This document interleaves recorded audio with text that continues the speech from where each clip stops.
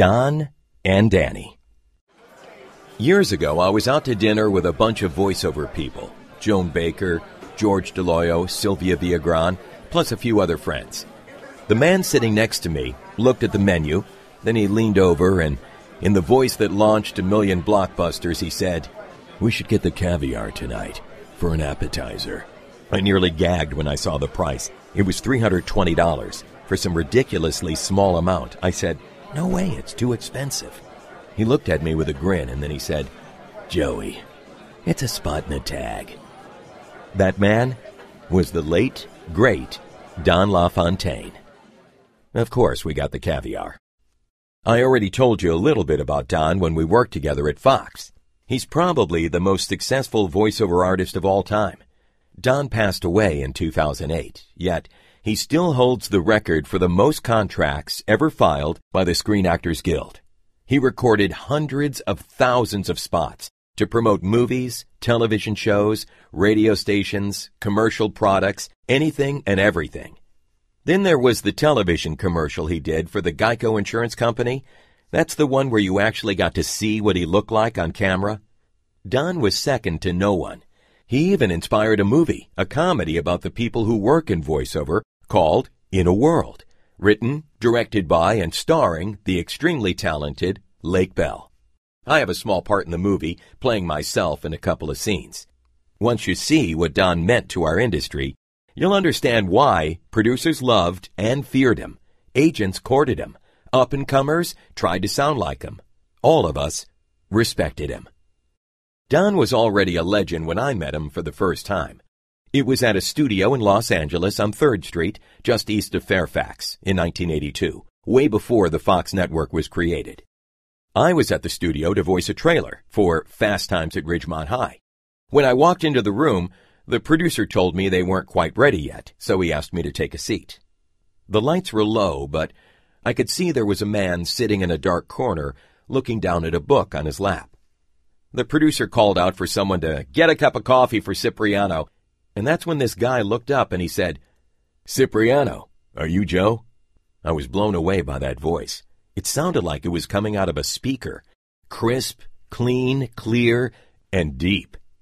Even though we had never met before, I knew exactly who it was. Yeah, I'm Joe," I smiled back, happy to finally meet the voice of God. "I heard you on some stuff. You're pretty good, kid." "Well, thanks. I'm a big fan of yours." "Yeah, everyone is," he cracked back. That was Don.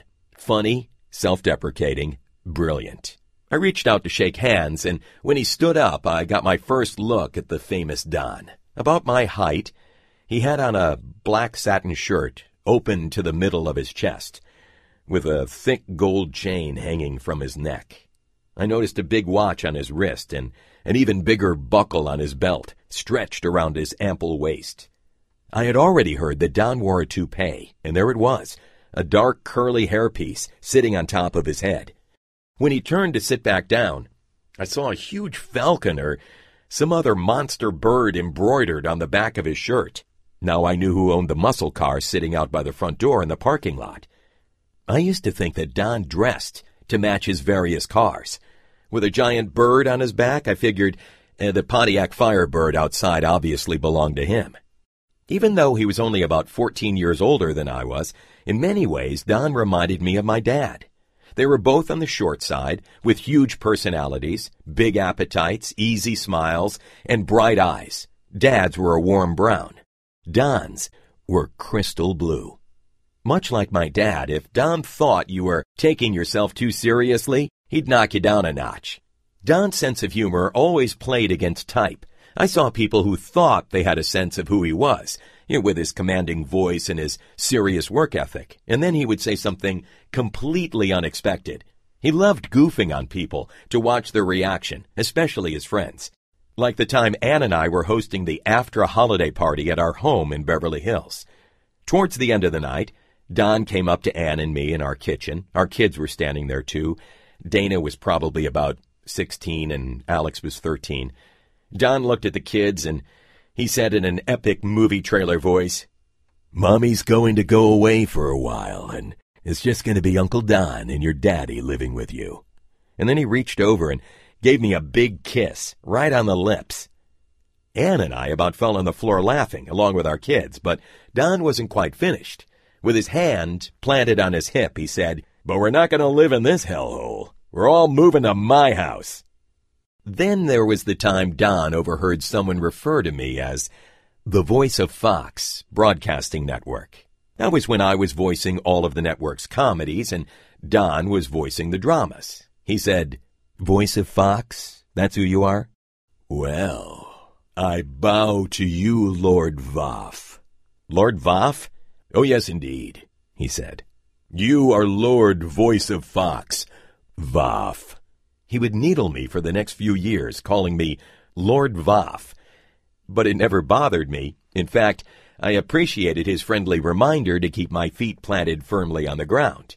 Like my dad, Don didn't take any attitude from anybody, especially at work.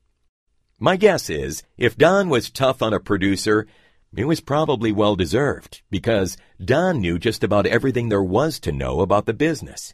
He started out as a recording engineer, became a writer, producer, director, and eventually ended up doing voiceovers for the very commercials he used to create.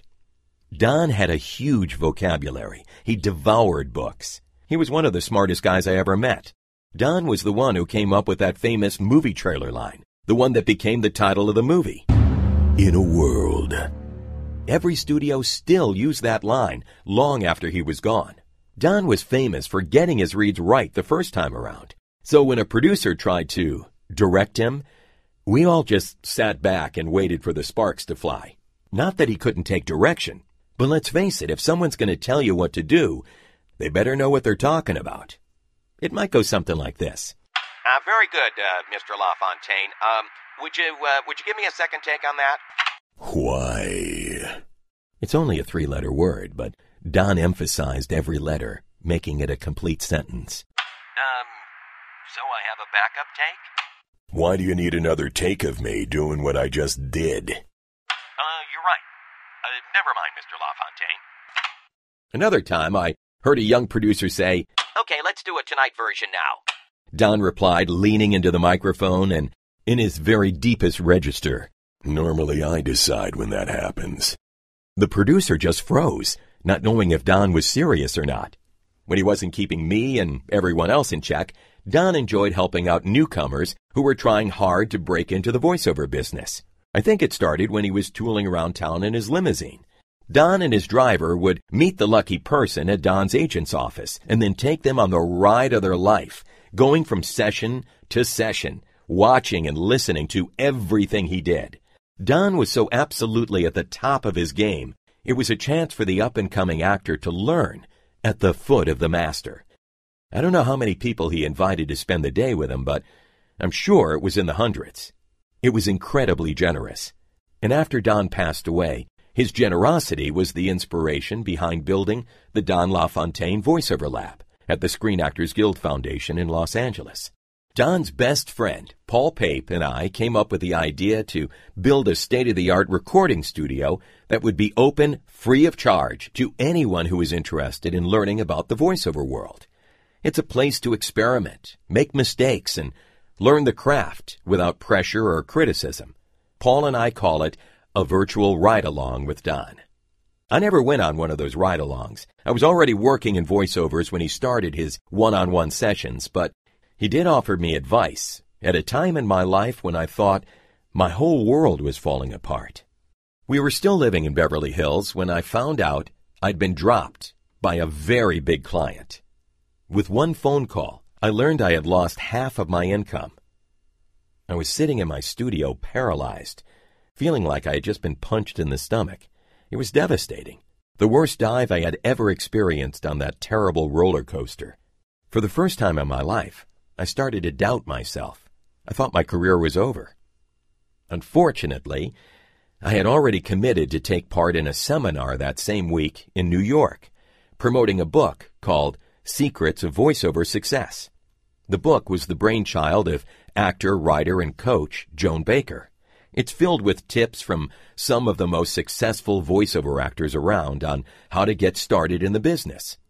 The seminar was another chance to share those stories from some of us who wrote chapters in the book. Plus, all the proceeds from the sale of the book went towards Alzheimer's research, something I care about deeply. My own dad suffered from Alzheimer's disease. I knew there was no backing out from that trip, but all I could think of was, how can I take part in a discussion about voiceover success when I felt like such a failure? With a heavy heart, I left my family back home in L.A. and flew to New York City. I knew that everyone on the voiceover panel would have heard about my personal disaster, but I had no idea how they would treat me. After I landed at JFK Airport, I saw that I had a missed call on my cell phone from Don. He had left a message inviting me up to his hotel room before the seminar that night. When I got there, he met me at the door of his beautiful suite at the Michelangelo Hotel, and then he grabbed me with both arms in a big hug. And we sat down, and right away he said to me, "Joey, don't worry about this. You're too good not to work." And then he simply said, "Find your voice." He went on to point out that the voice in which I was speaking to him at that moment was vastly different from the high-energy comedy performance I was known for at Fox and CBS and the other networks and shows. He told me to explore that voice. I didn't share his enthusiasm. In fact, I told him it had crossed my mind that my ride might be over. Styles change and all that. But he kept at it, encouraging me, propping me up, offering me comfort when I needed it most, from someone I greatly respected. I'll always be grateful to him for his kindness and his compassion. Don gave me the confidence to carry on. When I got back home, I did exactly what Don told me to do. I heard that NBC was looking for a new drama voice. I'd never been hired to voice dramas before. I'd never tapped into that lower register in my voice because I relied on the tried-and-true comedy sound. Now I had nothing to lose, so I went about creating a new voiceover demo, using my lower register for a series of drama promos. When I was done, I played it for my friends and agents. Not one person guessed it was me, but it was me, truly me, just a different version, a new attitude, a new voice. My agent Rita submitted my demo to NBC, and I ended up getting the gig over scores of hopefuls. I met a whole new group of people in this new genre of voiceover. Plus, all kinds of unexpected opportunities suddenly opened up for me. Oddly enough, a few years later, the job I had originally lost, that caused me so much worry in my life, ultimately came back to me. Soon after I started working for NBC, I saw Don at a party where he was retelling this story from his perspective, meeting me in his hotel suite, hearing about my sudden loss of half my income, encouraging me to find my voice. When he finished the story, he leaned over to me and he said, "Joey, you're a bigger man than me. If that had happened to me, I think I might have rolled up into the fetal position and not come out." Of course, I don't think the great Don LaFontaine would have done that at all. He would have come out fighting, doing at least what I did, probably more. One thing I do know for sure, Don's concern and his words of encouragement, at possibly the lowest point in my voiceover career, helped me so much more than I can ever say. In the 25 years I knew Don, I saw his image change from tacky to tasteful. His toupee tossed out in favor of shaving his head smooth. The flashy car traded in first for that limo and then for a more classic car. In my opinion, much of the credit for his sophisticated makeover goes to the wise and elegant Anita Whitaker LaFontaine, Don's talented wife. Together, Nita and Don loomed large in our small world of voiceover, as a couple who cared deeply about sharing their success with others, whether they were opening their home to the rest of us for business meetings or quietly donating to their favorite charities.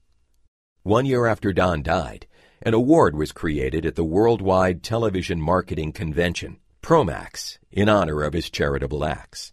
Nita graciously accepted on his behalf. The following year, I was blown away to be the first to receive the award following Don. That beautiful statue sits in my living room where I see it every day. It reminds me not to give up, to have faith in myself. Most of all, it reminds me of Don's place in my life. I miss him, his jokes, his talent, his generous heart. I'll never forget how Don inspired me to find all my voices, especially at that time when I felt so lost.